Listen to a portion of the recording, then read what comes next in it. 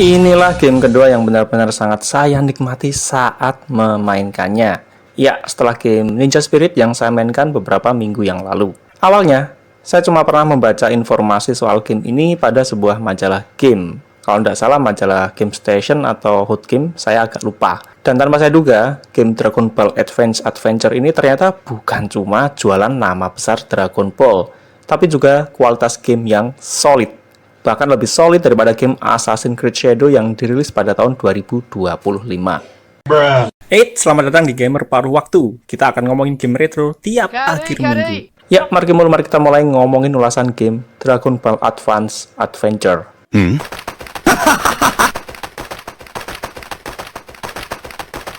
Game Dragon Ball Adventure adalah sebuah game bergenre side-scrolling adventure yang dirilis untuk handheld Game Boy Advance pada tahun 2004.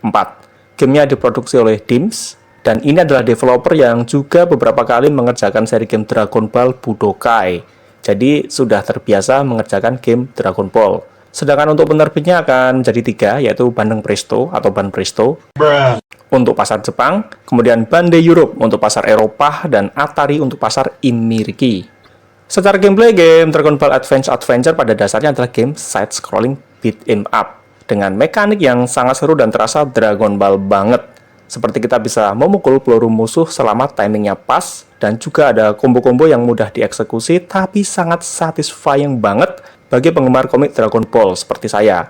Game Dragon Ball Adventure juga memiliki beberapa subgenre dan mode yang menjadikannya sangat menarik untuk dimainkan, seperti mode story, mode fighting, mode survival, versus mode, dan beberapa minigame lainnya.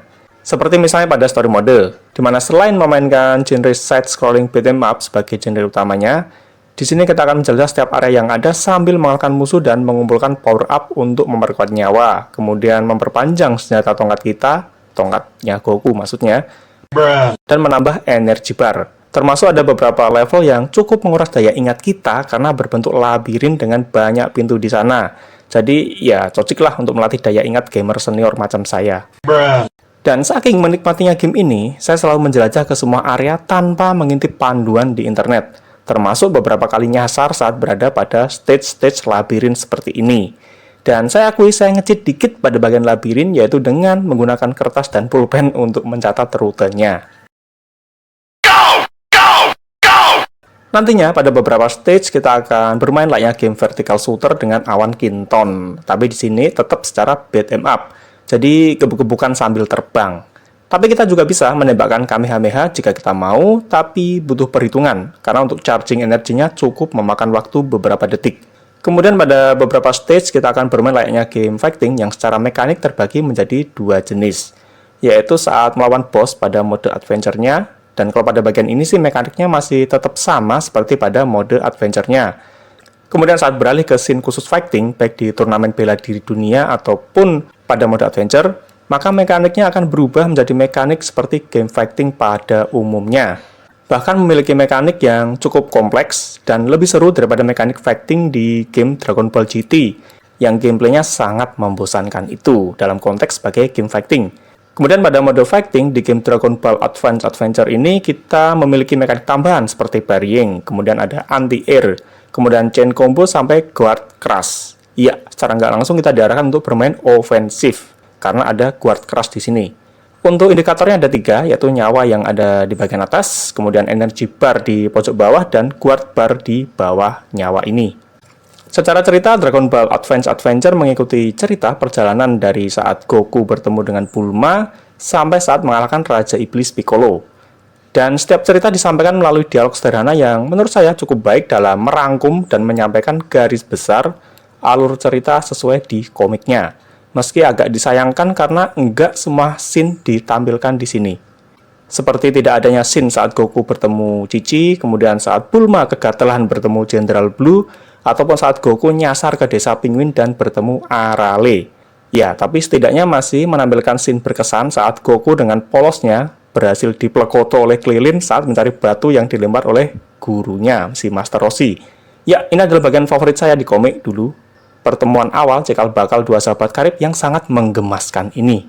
Secara presentasi, game Dragon Ball Adventure ini tampil luar biasa untuk sekelas Game Boy Advance.